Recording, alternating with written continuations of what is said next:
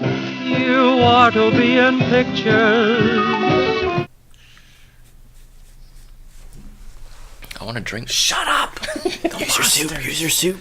Use your soup. Use your soup. Yeah. Okay.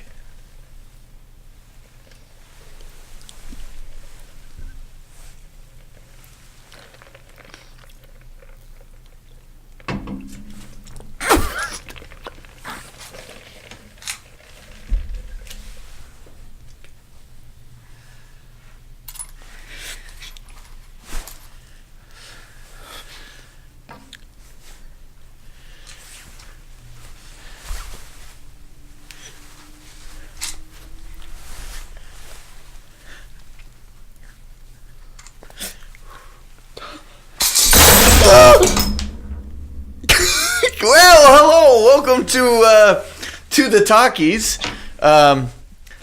Man, you think you'd be able to pass around a seashell full of glass and not have any... All right, we're back. Audio's good? Okay. Check, check. Check, check. Check, check. Cool. Wow. So we just saw A Quiet Place. Except the theater was kind of loud. You know what was funny? It was in that film, it felt like because it was so quiet that all the comments and whispers that people in the audience were making to each other, I could hear everyone perfectly. Yeah. I felt like I couldn't make a sound. Some of them were really annoying too. You know, there's always that one woman down at the end of the aisle that's just like, "Don't do that. Don't go there. Shoot him. Shoot it." I heard another guy. No. Another guy who was like you, who was laughing at all the inappropriate points to laugh. All right. Well, I'll start the praise heaping because that we decided we would start with the good stuff. Start with the good stuff before we dump on this thing. Spoilers, by the way. Yeah, this does contain spoilers. We already spoiled the fact that noise making attracts monsters. So if you didn't catch that from the trailer, sorry. But from here on out, or from the title, you've been warned. You've been warned. Spoilers. This was a well done film. It was a good time at the cinema. I had a good time. Yeah. It was written a way that films should be written. Filmed beautifully. Yeah. The cinematography was gorgeous. Yeah, it was really well shot. They had ample opportunities to use natural light, and I think that played a big role in making it look so good. Yeah. The child actors were... The child actors were fantastic. Yeah. Yeah. Yeah, this was really quite a good movie. I liked it a lot. It's definitely not... I like that it was a little different. Like, it still follows tropes and stuff, but it felt pretty tense. Like, they did a really good job of building maintaining tension, you know? and maintaining it. That's the other thing. You know, Yeah. it's one thing when you can get one good moment of fear and everyone walks away talking about, remember that one scene. But it really kept it pumping. Yeah, it's consistent. A really good movie to me tends to a good movie can feel longer than it really is. Yeah. And then a bad movie can feel way longer than it really is. Do you know what I mean? So this movie's only 90 minutes long. But it felt like I had a full whole full journey. 2 hours, it felt good. Interesting. It never felt like it was dragging to me, and it didn't feel too short either. Yeah. I didn't feel like it was 90 minutes. Right. I was immersed. That's what it's all coming down to. Is I did get immersed into this. Yeah. No, I bought into the characters. I bought into the story. I bought into the place. Yeah. I did too. I like that they stuck with their being quiet and sign language and no dialogue like 98% of the film. Yeah. They really stuck with it. And I like that they weren't I feel like people are really afraid of subtitles, especially in the US. It's like people don't really watch foreign films because subtitles. Right. So I like that they weren't afraid of doing that for like a whole movie. Yeah. Though it was light on dialogue in general. But I really liked that. Yeah. That they didn't use sound as a crutch. Yeah. And there was several moments where, like, with every horror movie, when the sound cuts out, and like, oh, something's gonna happen, right? And this one just had it as a sound cut out, and just nothing happens. It's great. It just feels good. Yeah. Having 4 kids, whenever I see some kind of apocalyptic invasion type movie, whether that invasion be from extraterrestrials or zombies, I always become acutely aware of what a liability children would be. Yeah. And your ability to survive and keep your children alive in those kinds of worlds seems to me to be virtually impossible. So it was cool to see the creative lengths that this family had gone to keep their kids alive, to keep themselves alive. Yeah. Well thought out. Yeah, this is one of those, I think, that somebody said, I have an idea for a movie, right? And then said this gimmick that happens. Yeah. What do you think was the idea? Well, that monsters attack. No, but I'm wondering, sound. what prompted it. I could see this whole movie coming out of someone being annoyed by a cochlear implant, or because when one of those is just left on a table, or same thing with several different kinds of hearing aids, if you just leave it on a table and it's on, it starts this feedback that sounds like horrible. It's this very piercing high sound, this feedback that comes out of them, this high whistling, which becomes a big part of the story later on. Yeah. I could see someone being like, ooh, what if that was a secret weapon that killed aliens? Yeah. Plot holes. It's your turn to talk. No, I had something to say. A little more praise. A little more praise. I could do some more. The premise is, it's very gimmicky in the trailer. That trailer we saw over and over and over and over Dude, again. that first trailer was terrible. Yeah, we just hated it. We thought it looked terrible. Yeah. I was assuming this was going to be a bad movie. Yeah. So getting a movie that it has a gimmick, but it doesn't feel gimmicky necessarily. Yeah. It's interesting, and it's taking that premise and done well when it's so easy for that to go wrong.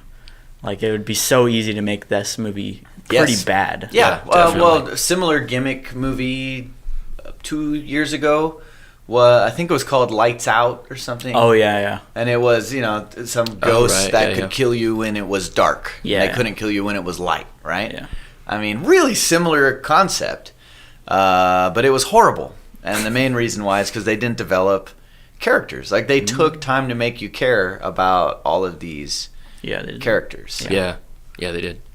And I genuinely bought into all of them. I liked, is it Krasinski? John Krasinski. John Krasinski as Dad Yeah. in this one. Yeah, I liked his character too, because it's different from what I've seen John play. It's usually comic. He tends to be more comic. Yeah, and this one was not just a dramatic role, but he was almost a Ron Swanson type of character, where he's someone who's grounded in one way of believing. Yeah. And he sticks with that way of believing, almost to a fault. And that's the whole thing you were complaining about actually later, was the dialogue about the love and everything. Right. Well, he's completely preoccupied with survival.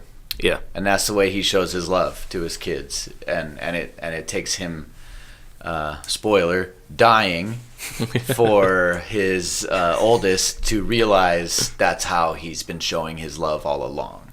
Right. Tirelessly working to keep them safe. I kind of like how that was done. It felt good when, at the end, right when he was sacrificing himself, and then it's it all kind of just culminates, and it's a nice, tragic climax to that love plot line. Yeah, a lot of people said, I've read several people say one of the things people are repeating about this film is that it has a satisfying ending.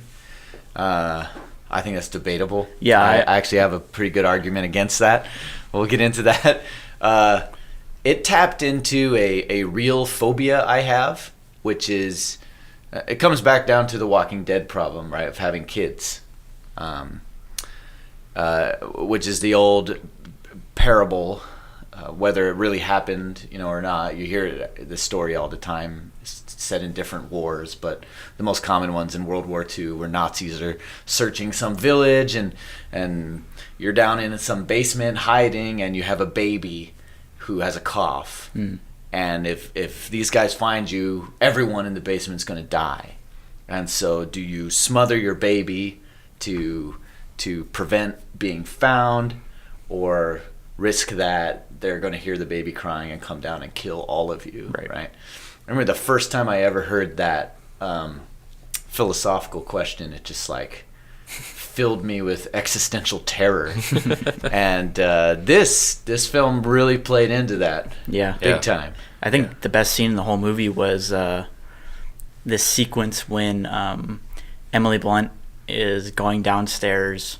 She steps on the nail, drops that glass thing she was holding, and it kickstarts this whole chain reaction that climaxes with the fireworks going off.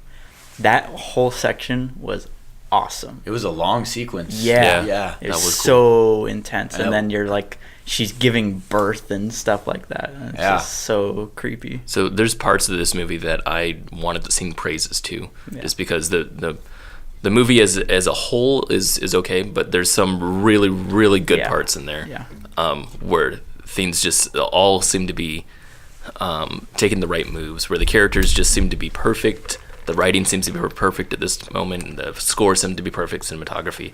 All those things seem to culminate at certain areas, and the rest of it kind of like felt weavy. And it made me think, I don't know if the movie's actually good or not. Like, when you look at a movie like that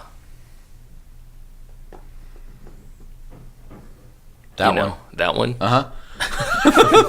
Okay. At Shape of Water. When you look at Shape of Water, it's a movie that was conceived and written, and everything follows suit. Everything it was extremely meticulously thought out, put together in such a way that and although they say that movies are always just a team effort where everything comes together good and makes a good movie, it's still born there in the written and directing. It's still born in that area. So when you have someone who just writes and directs something that's good, that's competent, then you have something that works, but it doesn't fully get there. And I felt like that was this movie. Well, there were some pretty big holes. Some of them, and some moments where they tried to pull off an emotional payoff that came across as almost silly. Some of the things that bothered me, just unbelievable elements, right? So the first example I have is like they go to these great lengths to soundproof everything around them. They've laid down all this sand to walk on, so you have quiet footsteps. They paint all the places where the floorboards don't squeak on the wooden floor, which I thought was really creative. That was neat. I didn't catch the reason. That's cool. But have you ever lived in a house with wooden floors? Right. No, actually, when they were walking, I was like, that was one of the plot holes I was thinking of, was that they would squeak somewhere. Yeah, but that's why the paint was there. This house isn't settling at all. But here's the thing: it's like while she's walking on those painted spots to avoid the creaks, she's passing a wall that has like 25 framed photographs hanging on it, and she straightens one. They're all hanging by like a nail on this wall. That's like asking for death, right? In this world? Yeah. Like, that just seemed insane to me that you have all these photos hanging there, So I think there's little things like that. The movie is filled with those plot holes. Just completely filled. And I think it's because this is something that's happening through the whole earth, right? Like, you have newspapers that are talking about like monsters and everything. Yeah. Now, this is a huge, huge idea that you can't possibly write and cover every single plot hole. But there's so many. Yeah. And I don't think it comes to the movie too as a fault. Where's the electricity coming from? Right. Yeah. Stuff like that. There's a bunch of those things. This isn't a plot hole. This is just a shortcoming. And maybe this is due to, Krasinski being a newer director, at least to this kind of genre. I don't think he trusted enough in the audience's intelligence. Yeah, I think he was. It felt like this movie was preoccupied with being concerned that the audience understand what's happening without dialogue. Right. It's like we have this idea where no one can talk, but oh gosh, how will the audience understand what's happening? Right. We have to do whatever we can to make sure they catch every little clue. And so you have these over-the-top set pieces that have 10,000 headlines of newspaper clippings that are all lined out in like the perfect order for you to read through and understand what's happening really quickly. Yeah. This whiteboard where he's literally, it felt like he was writing a message to us on the whiteboard. Yeah, It's like, monsters can attack by hearing your sound. Yeah. They have armor. Yeah. What is their weakness? Right. Yeah. There was a beginning tracking shot where we learned that the girl is deaf, where we're tracking along her walking in the aisleway of the store, an abandoned store. And then it comes to her earpiece, and it locks onto her earpiece as we're walking. Like, make sure you pay attention to this. Yeah. Yeah. And then it cuts out. And then I'm just like, there was so many of those. When they come out of the store, the camera comes up from a newspaper headline, and you're just like, it's very telegraphing. It's very Yeah. Another one was another moment where it felt like they were giving up on the audience's intelligence was we had just seen multiple scenes in a row that hammered in this point that everyone in the family is still dealing with their grief from the death of the little boy. Yeah. And that the daughter felt responsible and that the father had mixed feelings about his daughter and what happened. Like, that was all obvious already. And then we get to this scene where him and his boy are up next to a waterfall, and they have this cool cathartic moment. I love this moment because they're like, look, we're behind a waterfall. They can't hear us. And he screams, oh, you know? And the boy does it too. That was cool. Leave it there. That was cathartic, yeah. I like but then in the next scene, they're like 80 feet away from the waterfall now. Yeah. They're just talking, right?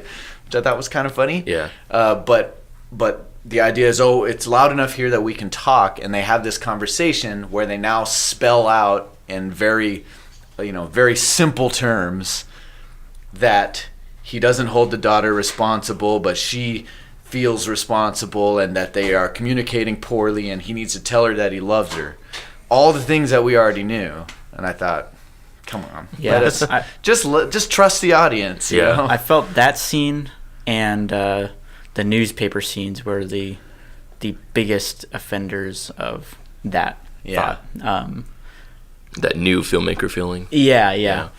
Though, thankfully, it doesn't permeate through the entirety. No, I don't think so. No, there's times where it impressed me. Yeah. Where I'm just like, wow, that's like. I mean, this film has so much creativity in it. And so there's a lot of points where I'm just like, wow, I would never have thought of that. That's really cool. Yeah. As soon as I saw them get out that little oxygen mask and put it into the baby box, that they had made there, this cradle, I understood what was happening immediately. I'm like, okay, cool. They have an oxygen mask so they can lock this baby up into a soundproof box when it's crying. Right. That's smart. That's really smart. And they're preparing this room to be soundproof so that she can come and have her baby here. Yeah. They're like pasting layers of wet newspaper and mattresses and stuff. But then when they go down there and there's a monster right there in the house, he pulls a mattress over the way down, and that's enough. Yeah, I didn't get that. I felt like, no way. They can't hear us. They can't hear us. It worked. And this monster trashed the upper level and didn't stumble upon this flimsy mattress. As if it was hearing something but couldn't figure out where it was. Yeah. Yeah, that was and weird. they were even they're like, if there's louder noises above you going on around you, then they won't be able to hear you. John Krasinski says to his son by the river, by the waterfall. Right. So that's strongly established. And then, but putting the mattress over the hole and just being under there, it's not louder. Nothing's louder than you. So now they're throwing out the idea that loudness has anything to do with it. And they're saying that a mattress is enough to insulate them from the sound. Which, if that's the case, then you're pretty much good to go most places. Yeah, right. Yeah, So well, it's like, what the heck? And they even went opposite of that, right? Yeah. Where the monsters were actually super sensitive to sound at sometimes. Yeah. Where the monsters, like, I guess, open their flap. Yeah, that was see their interesting. ear, and like where they are super sensitive to sound. Yeah. And I'm like, why don't they just do that all the time? All the time, yeah. Why Yeah. would it take till now for this little girl to figure out the weakness to these aliens? Right. And the thing is, like, if these alien like things are so they're so vicious, and they listen through. I mean, they just hear things, but they're blind. And if you can trick them with these little tricks, it's like, why is this post-apocalyptic? Why can't it be just, I kept thinking they were going to find someone who has figured everything out, and like built like a place around them or something like that. Yeah, they're pretty terrifying monsters, but they also seem like they ultimately wouldn't be a match for human beings. That's what I'm thinking. I'm like, we're way too smart for this. Like, it's a really neat story for this family. Yeah, it is. Yeah, it works on this little farm. Yeah. Yeah, on a small, intimate setting. But if you want to tell me that these guys have already wiped out the entire United States military-industrial complex, and like no one ever thought to try high-frequency noise. I know. All it would take... No one tried that. It would just take a train driving by one for them to realize, they don't like that. They don't like high-pitched sounds. Well, freaking, like, I mean, you could have snipers, and soundproof barriers. You could have everything. I mean, there's so many things that you could do. Shoot, I forgot what I was going to say. Anyway. They shouldn't have made it post-apocalyptic. They should have cut out the world stuff. Don't show any of the wider world through newspaper clippings, or there's a scene where he's like searching through the frequencies of the radio in different like countries, which is also SOS. very first filmmaker. That was ridiculous. Yeah, he had a radio code for every country. Right. Yeah. Like, okay, now I'm going to try SOS to Japan. Right. Nope. Okay, Australia. And after like what? After 15 seconds, because it's movie time. Yeah. After 15 seconds of listening, okay, well, that country's out. And he crosses them off like he'll never try it again. Right. Like, well, Japan's out. I SOS'd that whole nation for 5 seconds. This is another thing. So the girl at the very end put her earpiece to the microphone, right? And which blasted out something. But why would that come? Are there speakers? Right. Why is the microphone wired to these giant speakers? That doesn't make any sense at all. So John Krasinski could project his voice to himself, to his house. To himself. Hello, everyone. Yeah, where was that feedback even coming from? That doesn't make any sense at all. None. Just a reminder today to be quiet. Oh man, this is not a drill, folks. That was a very weird moment at the very end, where John Krasinski's character is dead, sacrificed himself, which was I thought was a weird sacrifice, but it worked. Yeah. But then the mom is like, yeah, she becomes an action hero. She's like an action hero. Yeah. I think that ending betrayed most of the film. It did. Yeah. It totally did. Yeah. It was like us, girl power team up. Let's kick some butt. Right. That's what Yeah. it felt like. Right. I was like, wait a minute. It also Yeah. felt like We were all like deep, vulnerable characters a moment Right. ago. Yeah, And now it's like you're survival. sliced we're all along. powerful. Yeah. that was weird. I felt like, I don't know if this was intentional or not, but it felt natural. The characters, his daughter and his son, who were prevalent through the film, I felt like their roles were switched at one point. I'm not sure if it was intentional. I don't know if they were just written that way, but it seemed like the girl was very, very, very privy to radio stuff, like electronics and everything like that. Yeah. But she's not very close to her dad, and her dad is super into radio stuff and electronic stuff. Yeah. And everything. And I felt like the dad had a strong connection with his son emotionally, and yet the son didn't have all these interests that the dad had. I just thought it was weird. I felt like they're like, we need a strong female character. Let's write her as this one, and it worked. It definitely worked. I don't know. I felt weird. Yeah, the son was just terrified all the time. He was just always Yeah, scared. he doesn't just really have always any character very traits. scared. Yeah. He's just the son. Yeah, it was more. Who is he? Even? But really, the baby had very little. The baby had no traits. I don't know anything about that baby. Like, what can the baby do? Like magic? I think the baby's deaf. Oh. Not only that. Actually, that would make a lot more sense if the baby was deaf. Baby's blind. Because it's not crying It's after not all crying the ever. Yeah, the shock. Like, After the shotgun. yeah. So my thing was like, all right, we're gonna see a baby eaten in this movie. Oh, Yeah. It's like I was already psyching myself up. I'm like, okay, this is gonna happen. I'm ready for it. Yeah. If anything was completely unrealistic, which I don't blame them too much, because movies just flat out always get childbirth and babies wrong.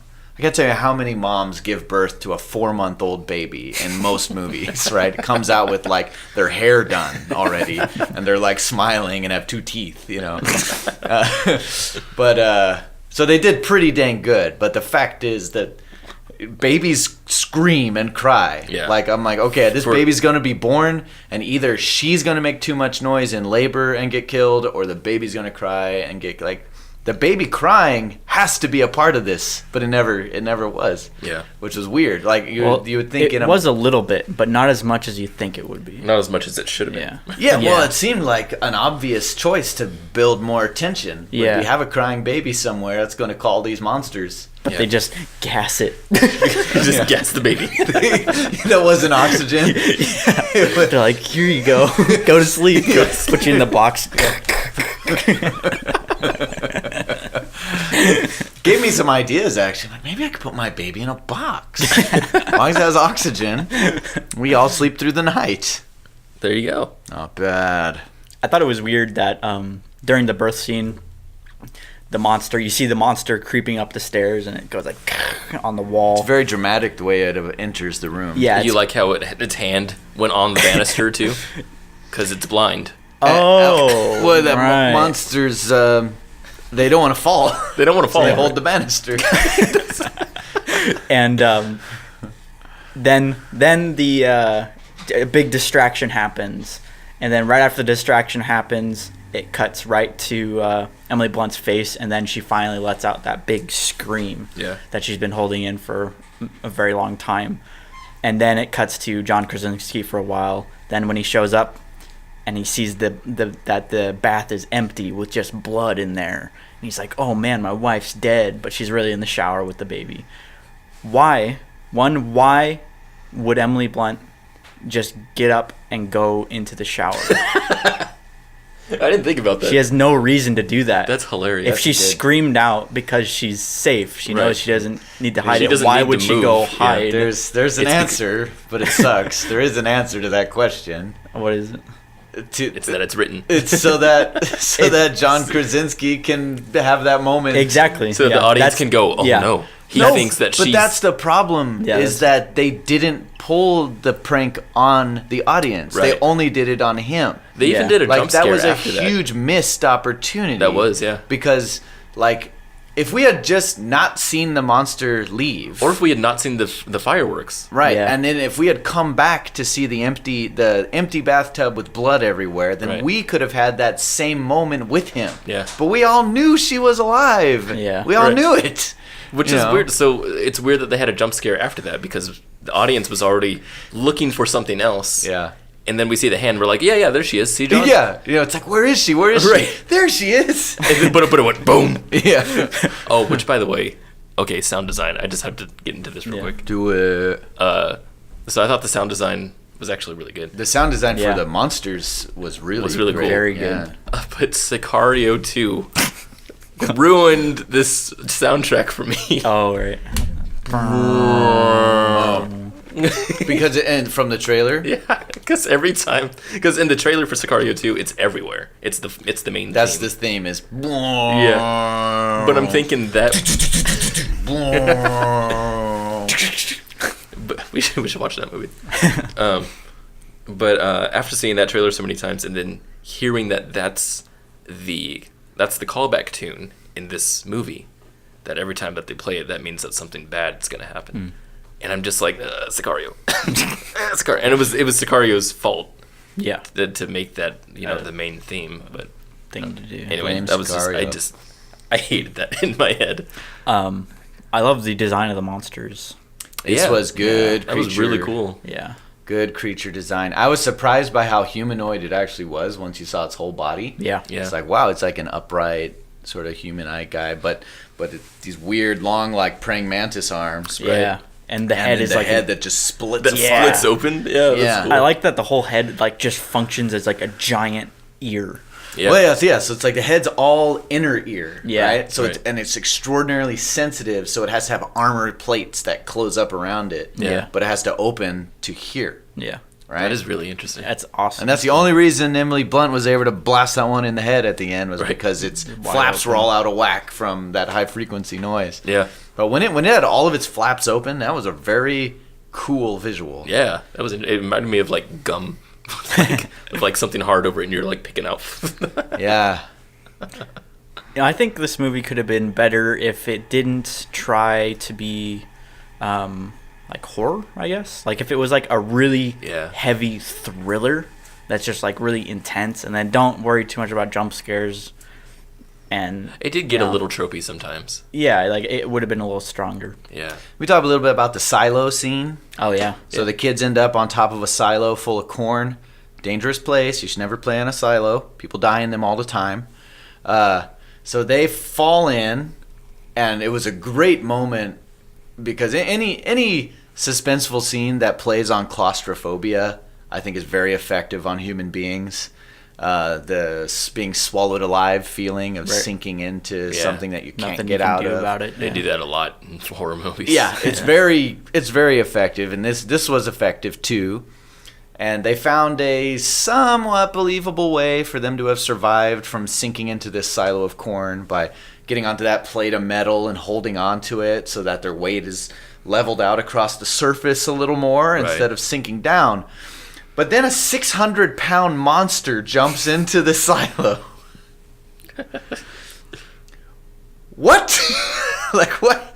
How does that possibly You mean work? how it didn't sink? Yeah, like all of them, at very least the monster. Yeah. My thought was, oh, the monster's going to jump in there, and the silo's going to be what kills the first monster. Oh. That's what I was expecting. That would be interesting. But he just like hung out on top of the corn. And, That's true. That's really funny. and even if he's on top of that plate, that just means they all go down now. Yeah. And the feet are made of claws. Yeah, they're not like, So, like, spread yeah. out. Pointy, you just So he Look would have right just through. sunk. That's Yeah, funny. yeah. Like I had this cool idea. I'm like, oh, he's gonna fall all the way to the bottom, and they're gonna think he's dead and taken care of. And later in the movie, he's gonna come bursting out of this silo with a wave, avalanche of corn, and That'd be hilarious. That'd be That'd be interesting. crazy if like he sunk in, and then now you have to worry about a monster underneath the corn. You know? Yeah. That would be crazy. They kind of did that with that water sequence when the monster goes that Oh, yeah. was a That was- creepy moment. that was very very good. Yeah. That was a great scene because first you didn't know if the baby was still alive. right. Yeah. Right, because she just woke up, and now she's like knee deep in water. The lid is off the baby box. The baby's not making a sound, and there's a monster like munching on something in the corner. Right. So at first you're like, "Oh crap!" But the baby is still alive. She's able to get it, and the monster freaking goes aquatic. Yeah. like that was That wa- yeah, that reminded was me of Aliens. Yeah. I think was it the second Alien movie or like the third that had swimming That's aliens. swimming. I don't know. I don't remember. It was a good visual effect in its time. It's terrible now. That was but- really interesting. That was creepy when it went under the water. Yeah.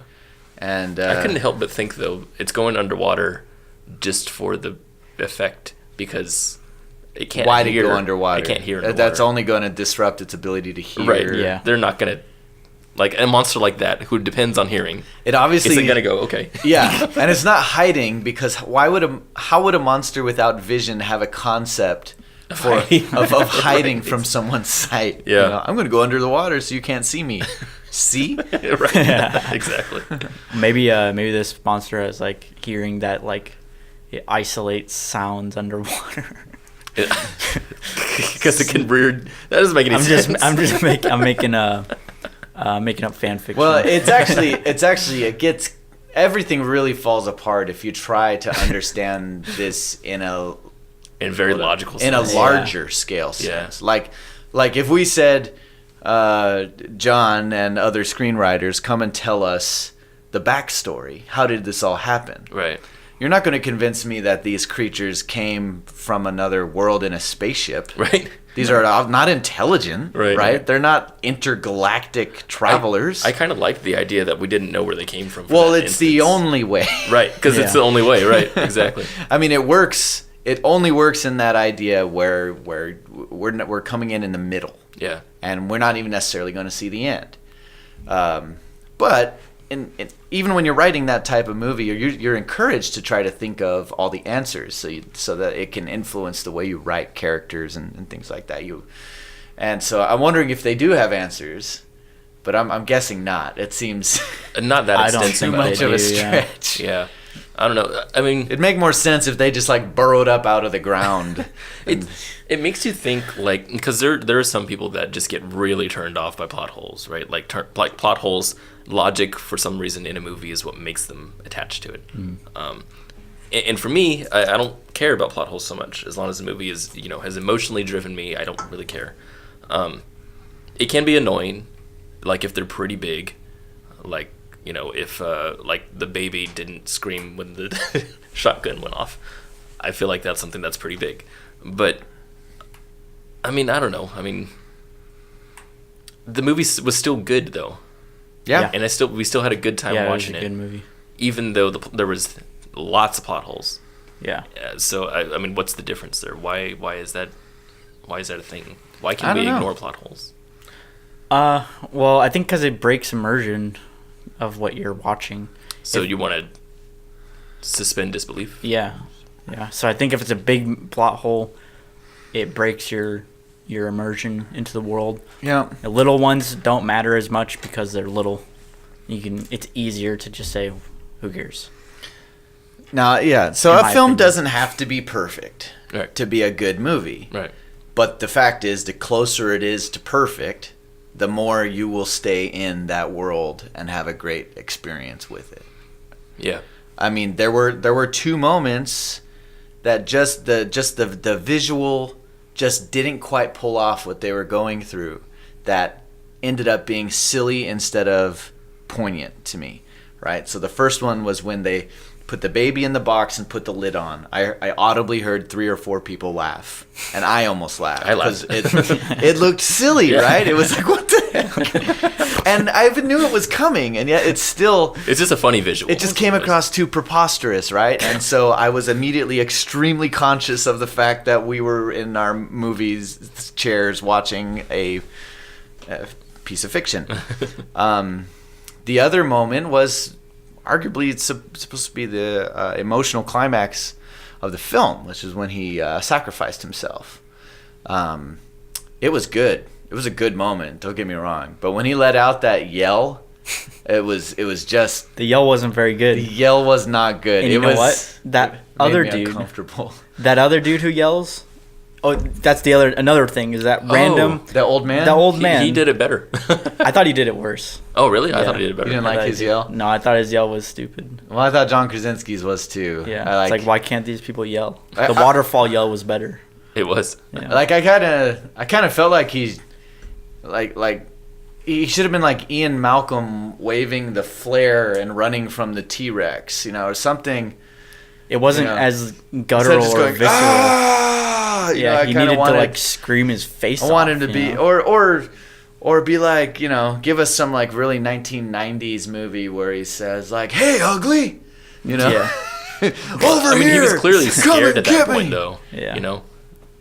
I think you're right. I think he did tap into like, I think it was believable that he was afraid to die, but knew he needed to. Yeah. So maybe he hesitated in his. I thought the whole sacrifice was unnecessary, and that's what made it weird to me. But it was still a good moment. Yeah. Well, how would you have gotten out of that?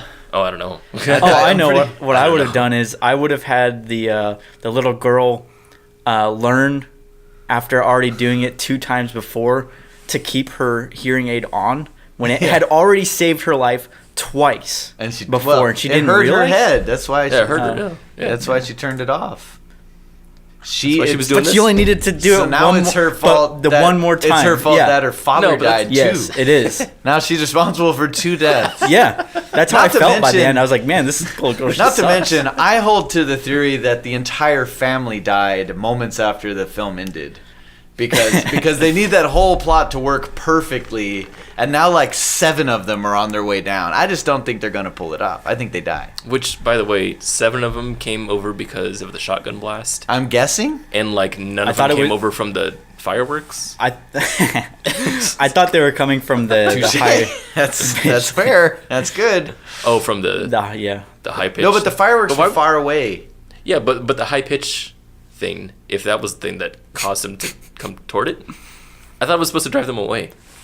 No, that was the shotgun. So it was the. So it was a shotgun. shotgun. Yeah. Yeah. Yeah. The other moment of absurdity was when Daddy sacrifices himself to save the 2 of them that are in the truck. And then the boy like pops the truck in the neutral, Yeah, and and it just coasts. And it rolls, just rolls. down the road to the house. That looked like a thing that was supposed to happen, like they planned it. Yeah, Maybe that's what I so. felt, too. Maybe they didn't quite do enough to set that up. They didn't because it set seemed it a up. little convenient. It's Well, very it's such a convenient. weird thing to set up anyway. Like just Like, as how- a person. like they weren't I on know. like a steep hill. They So weren't, it's like, yeah. how did you get all that momentum? Yeah, First of yeah, all. it went fast. I mean, it's Yeah. like, and second of all, these monsters, they just chase down sound and rip it to parts. And I'm just like, why aren't they chasing this Yeah, truck? you'd still Yeah. hear it. Like, You'd- they kill, like, they don't eat these people. They No, just rip you apart. I think they eat you. I don't know. They don't show They, that. they don't show it. Yeah. The monster had just killed that old woman, and then is looking, and then before that man dies, Yeah. she's not like eaten. She's just Oh, dead. yeah, that's true. Like they, She's not even that wounded. Like she has like a bloody Okay, stomach. that's and an even like it. bigger plot hole. Yeah. Then, because I feel like then why are you killing things that you hear? They kill the raccoon that one time. but we don't see them eat it. Yeah, the raccoon just kind of explodes. I thought that he exploded. Yeah. Which was hilarious actually because the blood effects in there. They smashed the raccoon and like all this liquid. Yeah. All at once went. Boing. Yeah, it was Yeah, like it was a, really like weird a looking. water balloon. Yeah, That's bizarre. what raccoons are. If you ever hit one with your car, it's like Gross. Like yeah, just one stream. like a giant. It's like a bottle of ketchup with fur.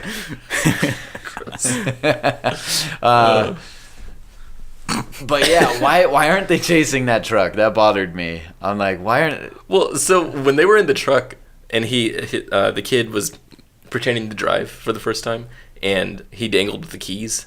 For some reason, the keys are still in the truck. Maybe that was the setup. No, that was it. I weird- mean, it clearly set up that he wants to drive. Right. That's what I got, and I got okay. Now they're broadcasting that at some point Yeah. he's going to drive this truck. Well, I knew that. I felt like he was gonna hit the horn on his way out of the truck. So I'm like, oh, so maybe they're gonna use the horn while John is over there. They'll honk it, and then his character will be saved. But then they're like bringing them to the car. John was already in pieces by then. See, yeah, I don't know. It didn't. That's what didn't make sense to me. I'm like, why not just use the horn of the car? And again, They plot could have holes. easily got out of that. If I you're put the blame on Yeah. the girl. If we're thinking too deep into the movie, Yeah. then it falls apart. But- And that's what I don't like about Yeah, it. I agree. Yeah, it's not a deep thinking movie. No. But seriously, the biggest sin of the entire film is got to be the very last moment because With the shotgun. yes, to me, the fact that she just lost the love of her life. He just died, okay? And they're all in grave danger. There's many more of these things on the way. And she just had a baby, by the way. Right. You're lucky to be standing. Right. And she like looks over to her daughter and like winks at her, like smirks, like, we got this. And I'm just like, oh. Yeah, I Yeah, thought that was that's a weird dumb. moment. Yeah. Oh, Yeah, that's a that really was bad the ending. lowest point of the whole film. Yeah. At least they saved it for last. That's true. I feel like that was the alternate ending. You know? It did feel like an alternate. It's like a ending. joke ending. Yeah, it's like did. you play the DVD and you're like, oh, that's Yeah. funny. Yeah. Well, it was almost like I like kind of feels like one of those mistakes you write yourself into, because you're like, okay, this happens. She figures out the weakness for the alien, and then they blow one away. But of course, okay, but that sound of the shotgun's gonna bring more of them. So now do we show them doing it again? how long are they fighting off aliens? Are they coming and coming and coming every time they shoot another shotgun? Is this... Well, I felt like they were just going to put the earpiece onto the microphone and just let it go. Yeah, because then they would all just turn around and leave. They just leave. Yeah, well, point is, there's still not an ending there, Right. you know? Yeah, there wasn't. So they're like, well, we could just have her, like, smirk at the camera and wink and cock a shotgun, flex her muscles, and be like, let's kick some alien ass and have it end.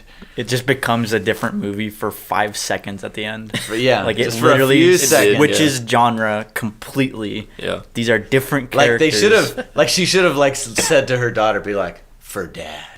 And be like, yeah. There was like 4 people in the theater that clapped after the first Yeah. shotgun Yeah, I blast. thought that Yeah. was interesting. They're like, yeah, fuck the monster. There's really nothing worse than the sound of 4 people applauding. It was cringy. I was like, it's, ooh. it's much better if no one applauds. it was funny because like 4 people applauded and like other people went like like laughing at it. It was just one person claps. right, and then like Yeah. And 2, someone 3 else, others. yeah. So and they this laugh. film simultaneously contained real artistry, Yeah. like mastery in some moments. Like the sequence that you Oh, yeah. brought up was a masterful suspense What sequence? sequence. From the stepping on the nail to the fireworks. Yeah. That was amazing. Really Yeah. just solid. Yeah. Really well done. And then some cringe-worthy stuff. And altogether, a little enough of it that you can forgive it. Absolutely. Enough good stuff that I like good this time. movie. And I'm going to tell Right. people, go see it. It's good. Where was I going with this? I had a point. So is it a 97% on Rotten Tomatoes? That is the point. This was the point. Yeah. It was that it's a decent film and worth watching and a fun time at the cinema, but everyone's losing their crap about this movie, saying that it's like we say this about every movie. this great thing, but it's because it's a horror suspense genre. I mean, it's not even necessarily horror at all, but it's marketed as a horror film. And we really have a low standard for horror. That's what it is. Yeah. I mean, when It came out last year, I could not believe the hype, how excited people got for that movie. It was not that good. Good movie It's not Yeah. it's not that good. compared to all the other ones. You know, but it's just that it's the bar for horror is low, Right. So when a horror comes out that is simply proficient, which this one was, people just are so blown It's away. like one of the They're best like, horror "Oh my movies gosh." of the past 50 years. Yeah. I mean, people said that about It Follows and, Yeah. and the Babadook. You know, Yeah. Right. Both are proficient films. They're good, but these are not going to end up in anybody's Criterion collections. Yeah. I'd always call it the holy trinity of overrated horror was the Babadook, It Follows, and The Witch. Yeah. But now I would like to induct It and what did we just watch? A Quiet Place. Quiet Place. Yeah. So now it's the 5 most Well, overrated let's see what horror happens of when all Slender time. Man comes out this summer. Great. Great. That's gonna I be really a want to hit. watch that. Everyone's gonna love it. Everyone's gonna love it. It's gonna make $1 billion. You know why? Yeah, it's because Slender Man's gonna be proficient. Yeah, it's gonna be decently. It might done, be. You know? I don't know. I mean, it's coming out the same, roughly the same time that It came out last year. Yep. Yeah. So I think they're going for that. When is Crowd. Infinity War coming out? 2 weeks. Whoa. That's pretty crazy. Yeah. Can't wait for that. Yeah. Next week, according to our schedule, we're supposed to watch Truth or Dare. Which That would we be keep funny. seeing trailers for. I don't. I feel like Like it's not they, gonna play. they around spent a here. lot of money don't on really- advertising. I don't really want to see it. Let's see Like, something else. I kind I of really rather don't go. want to good. see it Let's either. go see Isle of Dogs Yeah, or honestly. Death of Stalin. One of those two. Let's do it. I don't want to watch a bad We have a movie. duty. No. Hey, dear listeners, fans, viewers, you tell us. What should we go watch? If you'd rather hear us do what looks like hopefully a good movie in Isle of Dogs or Death of Stalin, or rather see us spend an hour crapping on Truth or Dare, Or Dare. we'll go with the masses. Yes. All right. Have we exhausted this film? Anything else to say It's not about really A Quiet much Place? It's else good. to say. I mean, like that. It's exactly what we said it was. Yeah, it's good. It was a good film, kind of. Yeah. At some moments. Yeah. So if you see Rotten Tomatoes just blowing up over a horror movie, just know that you're going to go see a decent horror movie. Pretty good movie. Like a C+, B- sort of level film. You're not gonna go watch Shape of Water. It's not The Shining. Yeah, you're not gonna go watch The Shining. But that's the or thing. The These movies Exorcist. end up, because people's expectations are so low for the genre, they end up with the same critical scores as the Oscar winners and some of the greatest movies of all time. And Yeah, it's silly. of course, again, I keep hinting that someday we're going to have a long conversation about what's wrong with the way we critique and review movies in our modern era. Maybe someday we'll actually do that. But I hate Rotten Tomatoes so much. I agree. I don't like them either. Calling you out, Rotten Tomatoes. You suck. What are you going to do about it? What are you going to do? You can pull your sponsor. Oh crap! Are they one of our sponsors? I take it back. We send us money.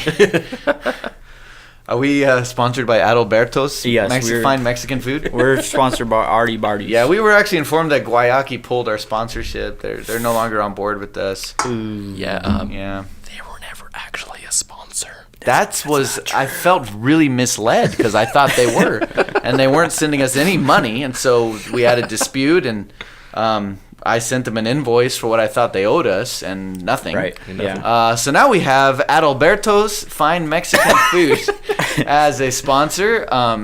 If you really like very heavy food, greasy tacos. It's so delicious. Carne asada fries. I had 2 tacos earlier today. They put French fries in burritos. Which no one has ever done. Can you go Watch wrong out, there? Del Taco. Watch out. Adalberto's. Someone Not who to be confused with Adalberto's. Right. Or Adalberto's. Right. There's a theory that there were once a lot of Adalberto's all over the region, and then they sold a lot of their restaurants, and the people who took over those restaurants didn't want to pay for new signs, so they changed one letter in the name. That's why we have Adan and Adalberto's. We also have Adalberto's. Carolina's, which has the exact same menu. Which one? Carolina's.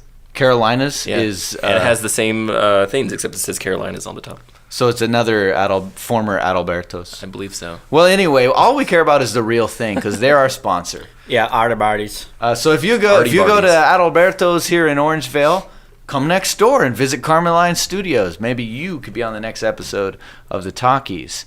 But until then, I'm Kenny. Who are you? I'm Taylor. And who are you? Guys, don't make any noise. There's broken glass everywhere.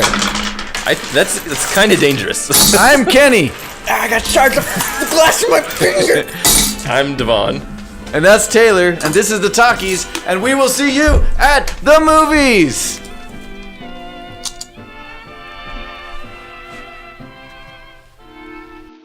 You ought to be in pictures. You're wonderful to see. You ought to be in pictures. Oh, what a hit you would be. Your voice would thrill a nation.